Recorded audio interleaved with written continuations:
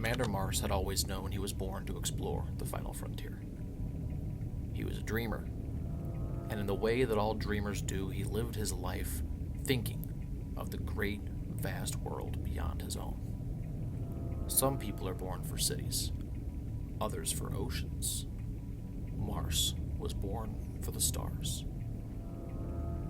The Aetherius had been Earth's most ambitious venture, a long-range solo exploration beyond the fringes of the solar system. Its mission was open-ended. Chart what could be charted, go as far as fuel and spirit allowed, then return, if possible, or not. But no one talked much about the not part. Now he floated in silence, somewhere past Pluto, past everything. The ship's comms had gone dark weeks ago. A solar flare had fried half the navigation systems, and the backup AI had gone quiet with it. There were no emergency signals coming through, no voices, just the hum of life support and the soft, slow rhythm of his breathing echoing inside his helmet. And yet, he wasn't afraid. In fact, he'd never felt more alive. Each day began with a ritual, a manual systems check, some exercise to keep his muscles from wasting, a few quiet hours of journaling.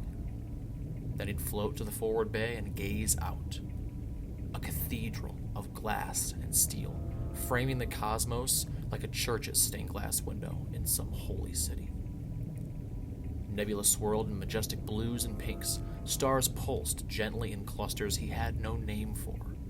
Time seemed to stretch and contract in ways his mind couldn't quantify. He was lost, yes, but he was beautifully lost. Back on Earth, they had tried to prepare him for loneliness.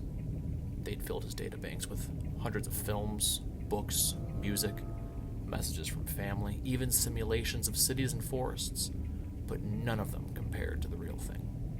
Out here, the silence wasn't an absence. It was a presence. The kind that asked questions without words, that listened, that waited. He began recording logs again, even if no one would hear them, not out of obligation, but out of reverence. "This is Commander Mars," he would say softly into the recorder. "Still here, still watching.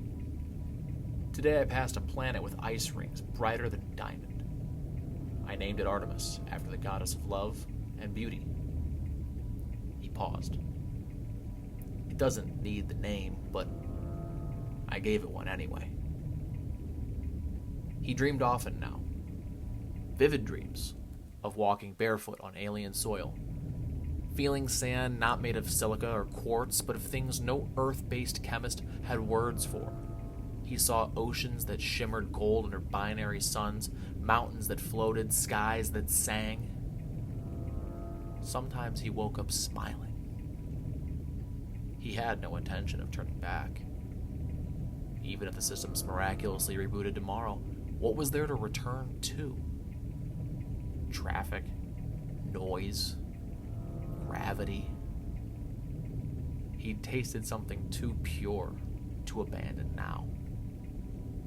This mission, in truth, had never been about collecting data. It was about becoming a witness to the infinite. And he was. He bore silent witness to the universe in all of its unapologetic grandeur. "They all say space is cold," he recorded once, gazing out at a newborn star. "But I've never felt more warmth than I do right now. Not on my skin, but in my soul. There is something out here that welcomes us. Even if it doesn't speak, it welcomes the curious, the open-hearted, the brave." He didn't know how long he had left. Weeks, maybe months, maybe longer. It didn't matter. Not anymore. Because if he were adrift until the end of time, if his bones were to become part of some comet trail or asteroid field, he would still be here. He would still be something. And that gave him peace. He was a traveler, a wanderer, and the universe was his to explore.